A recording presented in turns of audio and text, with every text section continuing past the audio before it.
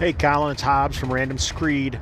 I got your message today and I started listening to all your 5e episodes, and I'm about halfway through number 4. And man, I have a lot to say about it, and I'm not sure how many messages this will take. First of all, I have played it. I was really excited to buy 5th edition.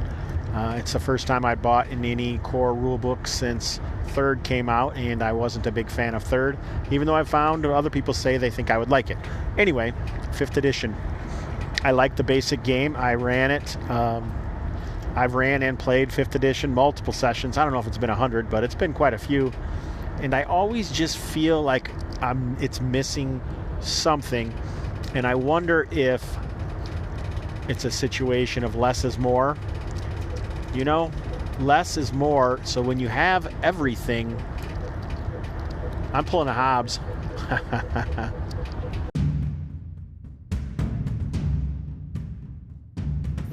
Hello, I'm Colin Green, and you are listening to Spike Pit, episode 131. At the top of the show there, then, we hear from the man himself, Mr. Jason Hobbs of Random Screed, Hobbs and Friends, and Hex Talk. Now, if this message sounds familiar, that's because it's already been on Random Screed. Jason put it on his show as well, so I apologise for that, guys. However, it is pertinent to the discussion, as you will see. So, let's get back to Jason and pick up where he left off of his cliffhanger. When you have everything that you need and then you put more and more stuff on top of it, it can make you feel like you're not going to find all of the things. Another aspect of it is this: characters feel too powerful to me in the early levels. The early levels are my favorite, and when the characters feel too powerful, I realize that all they did is up the power level of the monsters then. See, this is just like listening to my show. How great is that? Anyway, so they up the power of the monster levels to compete with the character levels, and then you just have more and more stuff, which kind of leaves me blasé. Character options, more options on the character sheet don't make more options in play. So the less options you have, the more overall things that you can do in a game, in my opinion, because what they've done is tried to make everything that you might come up with in a game and then apply it in a character class or in an older game, you would just come up with those rulings and apply them as you went. So all in all, I've played it. I continue to buy books for it to see if I will like it more, and then they just sit on my shelf until someone says they're going to play it, and then I look at them and then I put them back, and I don't really use it very much. I really do like the fact that people are playing it and people are in love with it. But I mean, I don't really know how many more people are actually playing it. I do know people are buying the books, though, if you notice the difference. Anyhow, for me, I would say meh. I'd play it if someone wants to. I'd run it if someone wants to. But it isn't my game of choice by any means. I think that they're trying to do too many things in order to use AL play, organized play, and that kind of limits what it could have been, in my opinion. So anyway, hope that helps. Later. As ever, it sounds like Jason Hobbs has got some interesting ideas, and I always value his input, as I do any callers to the show. He said something there. 5e, he would play it, he would run it if people wanted to, but it wouldn't be his game of choice. Now, I've got a feeling there's a phenomenon going on here. It's to do with the experienced dungeon master, and what I've noticed is their play habits. They seem to have a couple of things going on. Firstly, there seems a certain type that always try new systems, and I think there's a reason for this, or in my case, there's a reason for this, and that is they're kind of looking for ideas, little tips and tricks that they can bring to their own game, because I think your average experienced GM or DM is often just running their own game. They might not have totally written it down. It might just look like a folder full of notes and photocopies from different games and things all mashed together. But I think there's a lot of Frankenstein games going on out there that fall under the broad umbrella of Dungeons and Dragons, or even broader, maybe just an RPG. And you've only got to listen to, you put 4 or 5 DMs down at a table and they're all going to have their own ideas. And if you sort of challenged them and said, well, what game do you play? Maybe all 5 or 6 would say, oh yeah, Mould very basic. But is it really? And what I've found interesting, since I've been looking into 5e a bit closer, I think what this new version of D&D has done for me is given me almost like a reset point. I've kind of got a fresh set of rules to look at, and I can almost take everything I had with my old school explorations, the BX, the BECME, Swords and Wizardry, Labyrinth Lord, and all that sort of stuff that's been knocking around in my brain. I kind of clump that together now and put it away into its own kind of folder in my mind, or actually it's almost a literal folder. And by looking at 5e in a kind of with trying to look at it, I should say, with some fresher eyes, it's given me that chance to almost reset. So I see that as a bonus, a kind of a plus point for 5e. And if you hadn't thought about this, it might be something that you could consider for yourself. The other thing that Jason mentions, and I think is deserving of some more discussion, is this idea that 5e has reinvigorated the Dungeons and Dragons brand. It's brought new folk into the hobby.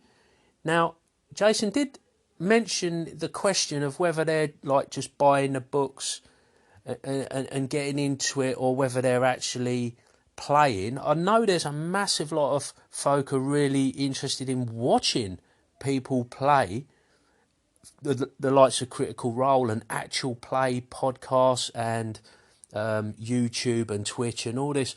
I mean, I never thought that would be a thing, and I know there are a lot of people surprised by the whole phenomena, but wow, don't knock it. And like Jason says, it's great. It's great to see the hobby coming out of the woods, and it's kind of cool to play D&D. Wow, jeez, man. Tim Shorts will tell you he's talked about the kind of the culture of bullying that went on. Che Webster, Roleplay Rescue, he talked about being bullied for liking role-playing games and stuff. And finally, we're seeing this changing. And why is that? Because 5e is so popular. So I'm glad Jason picked up on that one.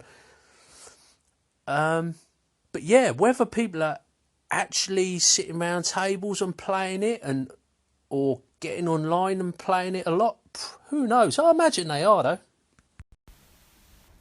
Hi there, just wanted to continue the conversation on the 5e Dungeons and Dragons. Been playing BX on Kalmata recently, and been reading some of the older rule sets, and I'm starting to come around to the idea that especially the basic 5e Dungeons and Dragons is probably an easier game system to learn if you're brand new to the hobby. Obviously a lot of the players on the OSR have been playing the game for 20, 30, 40 years, so a little bit stuck in their ways with regards to how things work, and they find it easy to do rule-ins rather than actual rules.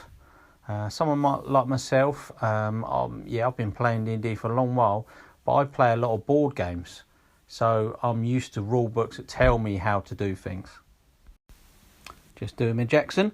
As I was saying, I play a lot of board games where rules are written, and if you have a query on the rules, it's very uncommon that you can go through the rulebook and not find exactly what you need, the way it's worded, or even if you really have to go onto a forum on the website of the game company and they'll explain the query.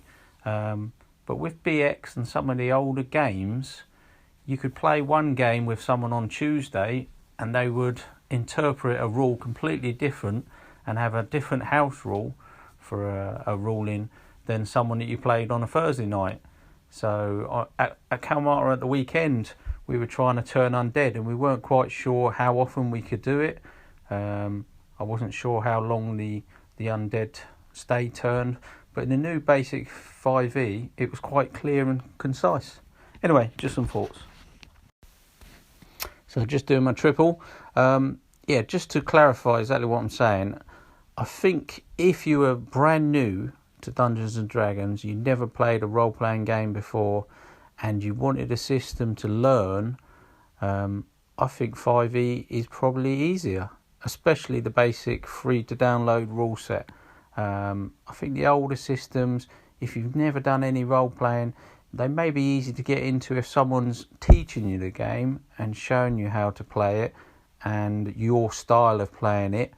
But then if you go and sit at a different group and a different table, then you might get confused. Whereas 5e, if you do it as written, rules as written, then it should be the same on each table virtually. Anyway, just some thoughts to add to the discussion. Thanks, bye. So we got RFED there, and he likes his rules. He's told you himself. And that comes from, his tradition in board gaming and, some quite crunchy war games that we've played back in the day. Now, I'm quite chill when it comes to rulings, not rules, especially like during a session. I'm not going to be digging out rule books. If I lack the system mastery to know the rules of the game I'm playing, I'm not going to inflict that on my players. So as much as I can, I'll make a ruling. It's got to be clear to the players that does not set up a precedent for the future, because at the end of a session or between sessions, I'm going to go back to the books, have a look, see how close I was, and brush up on that rule and make sure I get it right. I mean, if I'm going into an area of the game I'm not familiar with, I'll check my rules before the session. The classic that you hear talked about is kind of waterborne adventures, where you might want to just make sure you've got a grasp on the swimming rules or breathing underwater, etc., stuff like that, drowning. And travel, of course, where to find the rules on boats and ships. It's common sense. But what RFED's saying there, I agree with as well. If you're a new player, you lack a bit of confidence, especially if you're a new DM.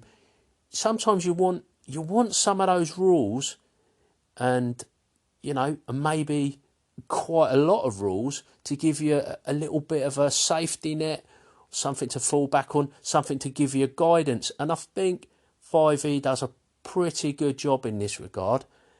I was talking to Rob C on Discord the other day, and he brought it up in his 5e podcast, talking about the 5e equipment chapter. And for new players, that is just an awesome chapter in 5e.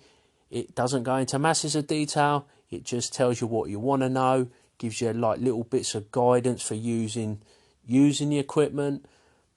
Really, really good. And I take my hats off to the designers on quite a few of the rules that they've kind of cleared up and made sense out of. That in the old editions I used to play, we never knew what we was doing. We was happy enough playing like that, but for the new guys, I think it's really good, and I agree with RFED on this one. But having said all this, it is not all plain sailing.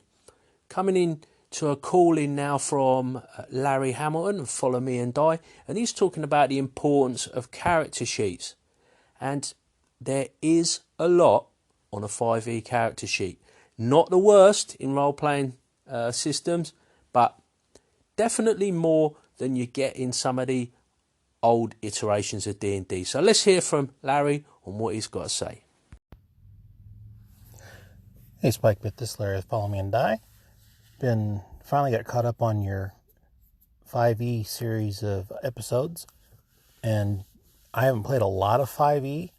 The one thing I've noticed is if it's really hard to pick up a character in the middle.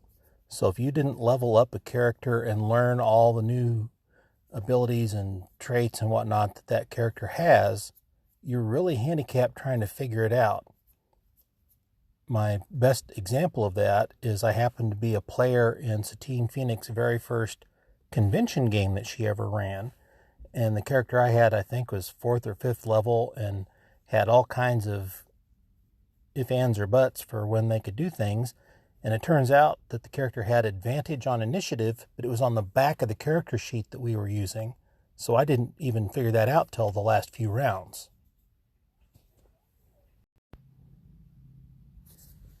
And I'm focused on the character sheet because as a longtime player, I know how to roll up an old style character.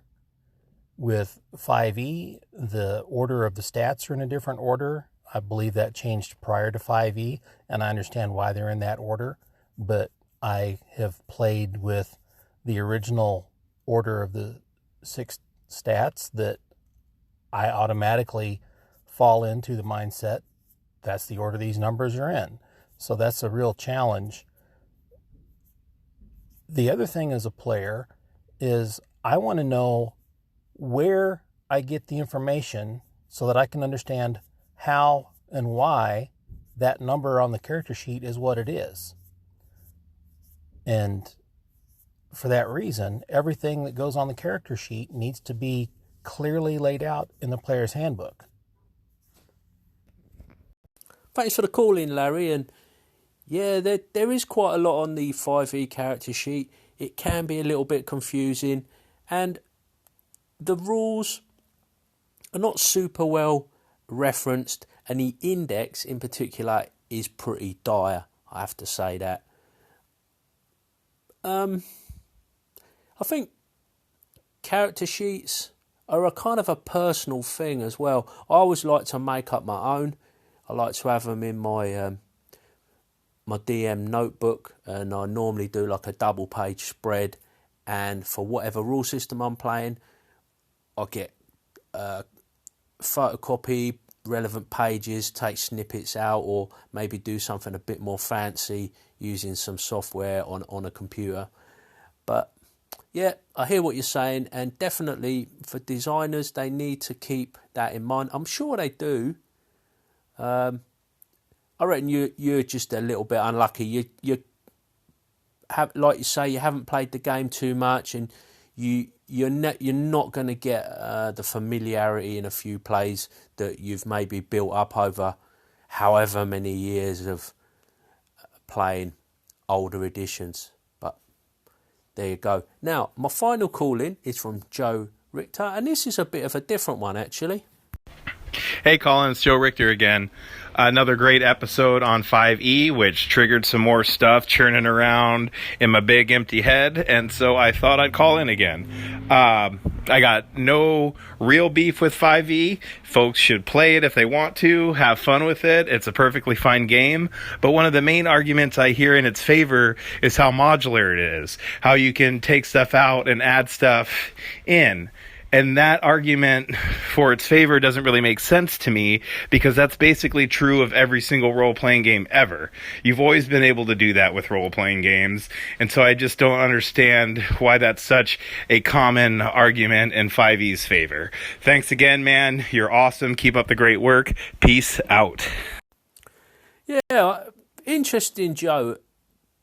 I guess you can't call it out as a massive strength of this edition, but I do think whilst all your different role-playing games, you could say are modular. I think there are degrees of modularity. I think when people talk about the modularity of 5e, they may be suggesting that it does look like it's been designed for modularity rather than some other systems. Obviously, you can take stuff in and out, but maybe with varying degrees of success.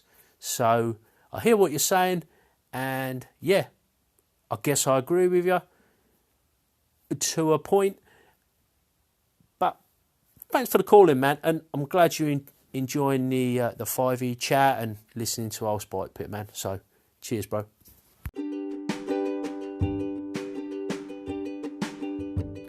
And there we go. I'm going to wrap it up there. I want to thank the callers for their contributions as ever. Really interesting stuff. And I'd urge anybody who's never done a call-in, pick up the phone, give it a go. Or alternatively, find me on Discord or MeWe. And if you want, I can read out something on your behalf if you're a little bit shy about getting on the mic. I want to hear what people have got to say and encourage people to join the conversation. Thanks also to the Pit crew over at Spike Pit Patreon for their ongoing generosity and support. You're keeping Spike Pit going and growing. And last but not least, thanks to you, the listener, taking a bit of time out of your day to listen to old Spike Pit. Take care, and I'll catch you later.